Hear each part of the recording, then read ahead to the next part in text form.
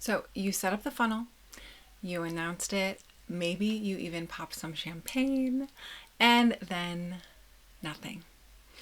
And now your evergreen funnel is just sitting there, looking good on paper or on the internet, making you feel like you missed something.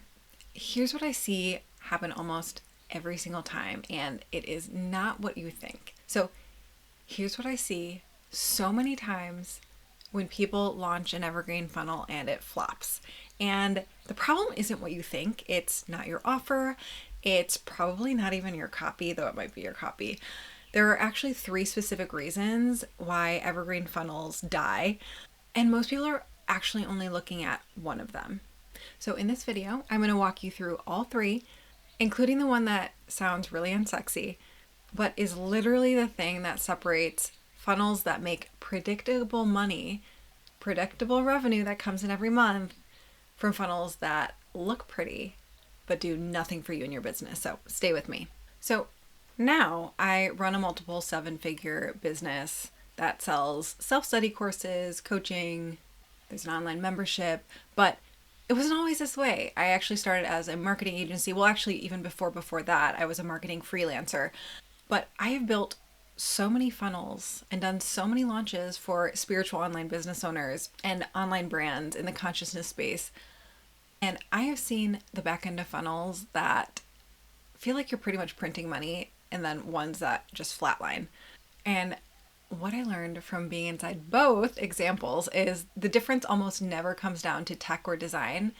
It comes down to these 3 things we're talking about today. So my goal for all of us by the end of this video is that you know why your funnel isn't working, or that one you tried a few years ago that you haven't even looked at since isn't working. And you're going to know where to look first. We're also going to be talking about where an evergreen funnel fits into your regenerative business ecosystem, because no, funnels aren't just for shitty bro marketers. It can actually be this opportunity for sensitive beings, for women, for people who want to spend lots of time in their hobbies or with their kids or traveling the world or helping their community to have predictable revenue coming into their business, so that you have spaciousness and have a certain level of peace that actually allows you to do even more in the world. Okay, so the first reason is the most obvious one, and honestly the one that people are either looking to first or completely miss. So it has to be said, and this is the hidden glade problem. An evergreen funnel without traffic, so people actually going and seeing at least the entry point of your funnel, is just a hidden glade in the middle of a forest. It is beautiful, it is lovely, it is perfectly built, and no one is ever going to find it. Or like maybe someone will happen to stumble upon it in a forest walk. So what this looks like in practice is people set up the opt-in page, the email sequence, the offer, and then they announce it once and call it done. There is no ongoing plan for getting eyeballs to the entrance of the funnel, and they're waiting for the funnel to do the visibility work. And that is not what a funnel is or what a funnel does. A funnel is an automated sales system. It is not an automated discovery system. You still have to do the work of being found. And yes, we can automate that. We can look into SEO, we can look into ads, we can look into other people promoting our work. But that is not what a funnel is. It's the automated sales system. It's not the discovery system. And let's look at a little visual by talking about the regenerative business zones. And at the time of recording this, I have not made a YouTube video on the regenerative business zones, which is wild to me because I talk about it so much within my membership. But maybe by the time you are watching this video, I have created this video, and you should definitely go search for that on the channel, or maybe we'll add it as a card onto here. But the regenerative business zones are you thinking about your business as an actual ecosystem. So you can see here, we have zone 0 at the center, then zone 1, zone 2, zone 3, zone 4. And when we're talking about the hidden glade problem when it comes to evergreen funnels, we're talking about everyone out here in the wilderness, out in zone 4, actually crossing this threshold into zone 3. And zone 3 is where people who are interested in your work live. They haven't bought from you before, but they have some spark of interest in your work. So with the hidden glade problem, we're out over here. We are out in zone 4. We're doing zone 4 activities of increasing your visibility and helping people find this little entry point into your evergreen funnel. It's this lovely whitewater rafting into this river, into your evergreen funnel. And so think of your evergreen funnel as an ecosystem, and there are multiple entrances into that ecosystem. There is organic content, there's ads, there's referrals, there's podcast appearances. Each one is a path that leads people to one of these entrances. And each of these entrances could actually be different evergreen funnels into the center of your business ecosystem, or towards your core offer or one of your core offers. If you're not actively working on at least one of those paths consistently, those zone 4 activities, your funnel will just sit there. So the fix for this is not complex. You need a visibility strategy that runs alongside your funnel. And I like to think of this as creating a rhythm in your life, in your business, whether that's daily, weekly, monthly, some sort of rhythm, so that you're increasing your visibility towards your funnel. Now, that could be organic content, that could be paid ads, that could be SEO, that could be a podcast, that could be a referral system, but it has to be something. Because the funnel doesn't replace building relationships with other humans. It just systematizes a way for people to find you once they find you. Okay, let's go on to the second potential reason why your funnel isn't bringing in that predictable revenue that you want. So reason number 2 is the set it and forget it myth. And when I was actually running my marketing agency, people would hire me to build the infrastructure of a funnel. And this still goes on today. There are people out there that you can go hire to create the infrastructure of a funnel, the pages, the sequences, the tech. And time again, the moment that we handed it over, most of these people thought they were done. But hardly any funnels are set it and forget it. I mean, I have been on the back end of funnel launches where they have the visibility and track whether they're running ads or they're organically promoting the funnel. And it just works right off the bat. Clients significantly upping their revenue and having amazing return on ad spend and highest months ever from the first iteration of a funnel. That absolutely can happen. But I always go into funnels and launching a funnel with this could take 3 months to get to a profitable point.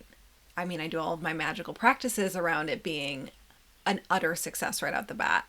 But I'm also going in with the willingness to pay attention to it and work with it so that it can work. So I watch this happen over and over again where we hand them the funnel goes live. They don't get the results that they want. They blame the funnel instead of realizing and actually iterating, getting data, making changes based on the data. Because launching a funnel is the starting point. It's not the finish line. That's when you start getting data when you launch the funnel. That's when you start. That's when the real work begins. And this myth is so seductive because there are very specific individuals with very large followings that sell people on the idea that you are one funnel away. The internet sold people on this idea that funnel is freedom from your business. It creates this like passive income fantasy. People are using funnels as a means of escape. Like, if I just set this up, I never have to be in relationship with my people or my marketing ever again. But that is not a funnel strategy. That is just avoidance and maybe an invitation to have a deeper reflection on why you hate your business. What are you actually trying to avoid here? How did it get set up in a way that you're either burnt out or you don't like it anymore, or you're bored? And so the fix for this is you actually need to launch your funnel and then look at the data, then make changes based on the data. And the cool thing is that this doesn't require you to do a full funnel rebuild every single month. It's just about checking in. And again, being in relationship with your business. So looking at your number, identifying one leverage point that's underperforming, and making one change. And this is when evergreen funnels gets to be so beautiful in the sense that most funnels need a few hours of attention per month. Not consistent tinkering, not constant tinkering, but also not zero. So if you're someone where you set something up 6 months ago and it's been sitting there doing nothing, please do not feel like a failure. Like, this is actually a winning moment where you have a funnel set up and it's out in the world.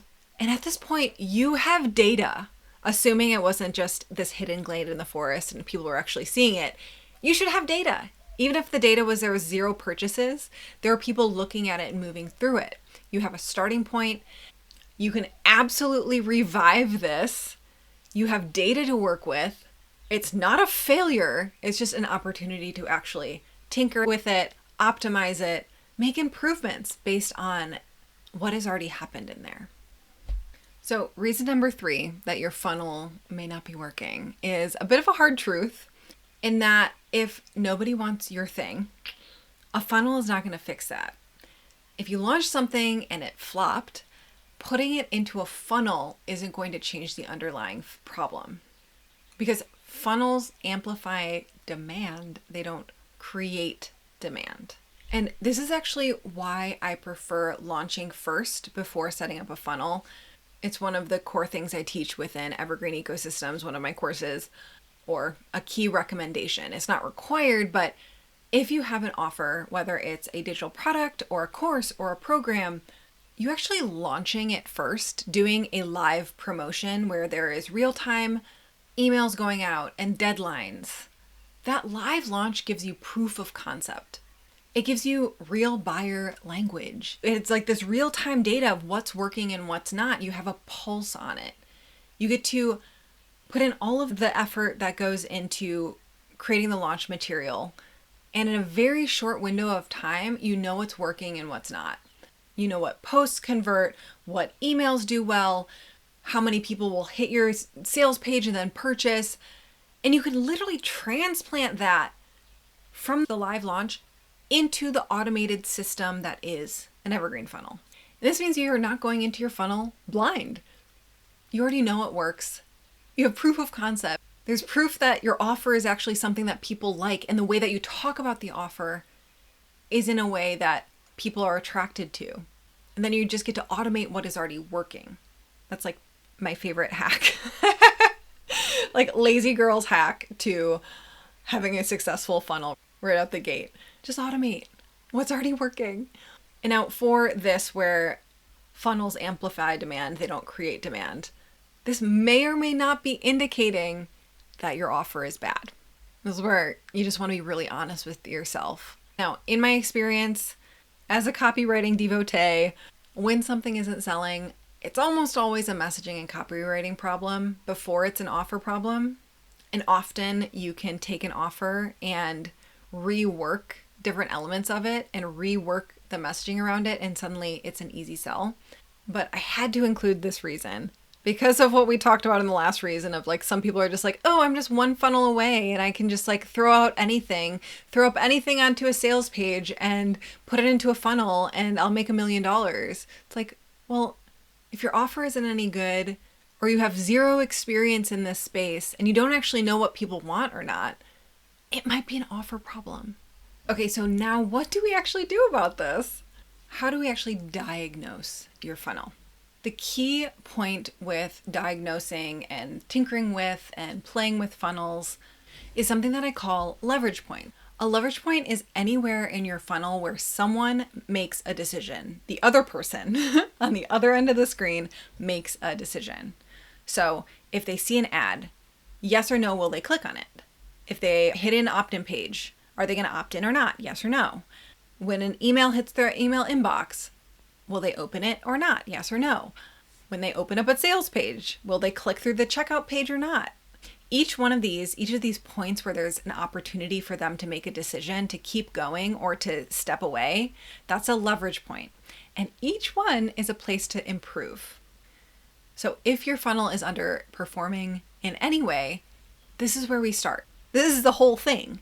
So what I want you to do, there's 4 steps here, is for step 1, I want you to write down every leverage point in your funnel from beginning to end.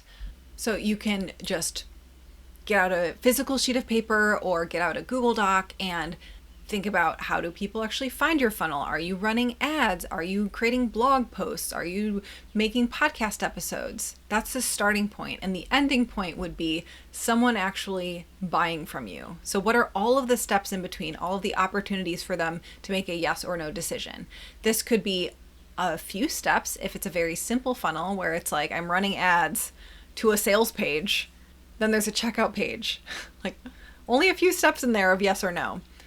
But if you have a much more complex funnel of like, I'm promoting a webinar, so I need to look at my webinar invite emails of yes or no, are they going to actually sign up for the webinar? Then do they actually show up? Or do they actually watch the replay? Do they open up my sales emails? Do they da-da-da-da-da? And like if you do upsells, downsells, those are other leverage points in there. So after that, onto step 2 is to pull the conversion rate at each point. This is very easy to calculate. It literally just takes a calculator on your phone or on your computer of figuring out how many people move on to the next step. So let's actually pull up a little calculator right here. So you're going to go for each of the leverage points. And for example, I know that 100 people saw my sales page and 20 people clicked through to my checkout page and 2 people bought. So there's 2 different conversion rates in there. There's the conversion rate of someone going from the sales page to the checkout page, and then there's a conversion rate of someone going from the checkout page to purchasing. So if 2 people bought, we're just moving backwards, if 2 people bought, and we're just dividing that by the 20 people who hit your checkout page, that would be 0.1, which is 10%. And then you would write that down. That is one conversion rate that you would write down in your little Google Doc or sheet of paper. And then moving backwards again, there was 20 people who hit your checkout page divided by the 100 people who saw your sales page. That's 0.2, which is 20%. So write that one down or whatever the number is for you. And if we want to get a little more fancy, we can do it all the way from how many people bought from seeing your sales page. So it would be 2 people bought divided by the 100 people who saw your sales page. That is 0.02, so 2%. And you're just literally looking at every single leverage point that you identified in your Google Doc and be like, okay, what's the conversion from that point to this point, that point to this point? And very simple little math thing is if you just times whatever number you get here by 100, you can get the actual percentage point. So if I just do times 100, we know that it's 2%. So 0.02 equals 2%. So from there, moving on to our step 3. So you're going to Google or DuckDuckGo search industry average conversion rates for each stage. So just type it into your search bar of what is the click-through rate on an ad if you run ads, or what is the industry average for opt-in rates, or for email open rates, or sales page conversion rates. I usually just keep this on a note on my phone because I always forget them. And there's so many different conversion rate averages. So I just keep it on a note on my phone. But you can get fancy and like make a Google sheet. So every time you're checking in on your funnel, you can be comparing it to one of your tabs on your Google sheet can include the industry averages. But I just want to keep it simple. Like this is all Googleable. Just search for industry average or average conversion rates for whatever the thing is. And finally, step 4, compare your numbers to the averages and find the obvious gap. There's almost always one number that is glaringly off. And that is where you start. That is the easiest leverage point. That's the room for the most opportunity. So if your conversion rate from seeing your sales page to hitting your checkout page, if that's the worst compared to average, that's where I would start. I would work on my sales page. Or if your ad click-through rate is really bad and everything else is pretty normal, that's where you would focus your attention. That's the obvious first place to start. And usually there's 2 possible diagnoses here. Diagnosis A is your conversion rate at a specific stage is bad. So that could be like your messaging, copy, or page issue. That is very fixable. But for diagnosis B, which points back to reason number 1 we went through in this video, it's your conversion rates are actually fine, but the volume of people actually seeing the entry point of your funnel is tiny, and that is a visibility issue. So that points you back to traffic, the amount of people seeing the entry point of your funnel. So both of these are solvable, but you can't solve either one. I mean, you can, but you're going to get the most bang for your buck in terms of your time and energy if you look at the numbers first, if you look at these leverage points first.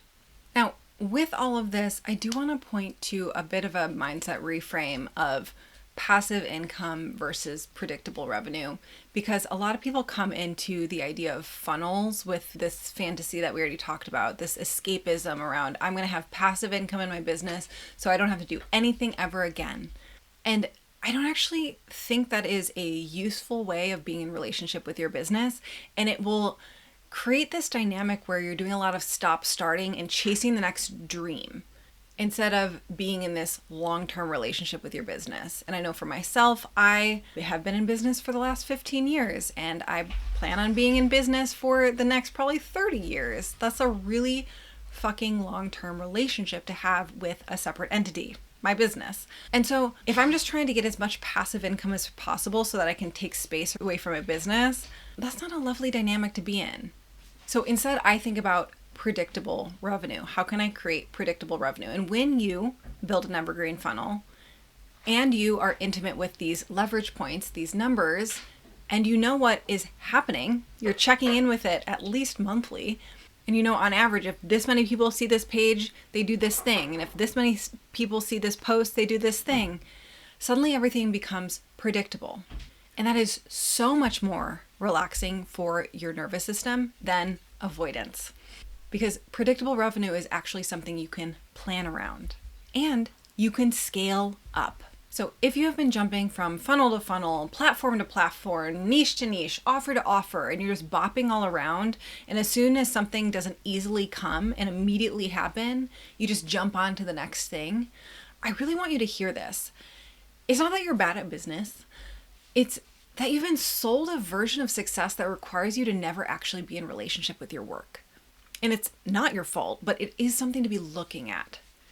And maybe you're someone who is amazing at your craft and you have this deep relationship with your craft and your offers, but you're acting in this escapism way when it comes to the marketing side of your business. If that's the case for you, please look at this as well. So to wrap this up, if your evergreen funnel isn't making money, I want you to look at these 3 things first. Is anyone actually finding the entrance to my funnel? Is there a specific leverage point with a glaringly bad conversion rate? And are you expecting the funnel to create demand that isn't there? I want you to remember that a funnel that isn't working yet is not a dead funnel. It's not a flop. It's not a failure. It is actually a starting point. You have data to work with now, and that is more than most people have. So start actually digging into those numbers and looking at those leverage points. Now, once you understand this, the next question is, what are you actually building towards with all of this? Because a funnel on its own doesn't create predictable income in and of itself. It has to plug into a bigger system. So I want you to watch this video next. It's how I designed my business to go into 2026 with $511,000 already on the books, meaning I wouldn't have to do any additional launches, make any additional sales. That was just money on repeat coming into my business, that predictable revenue that we're talking about. This is where it actually starts to click and come together.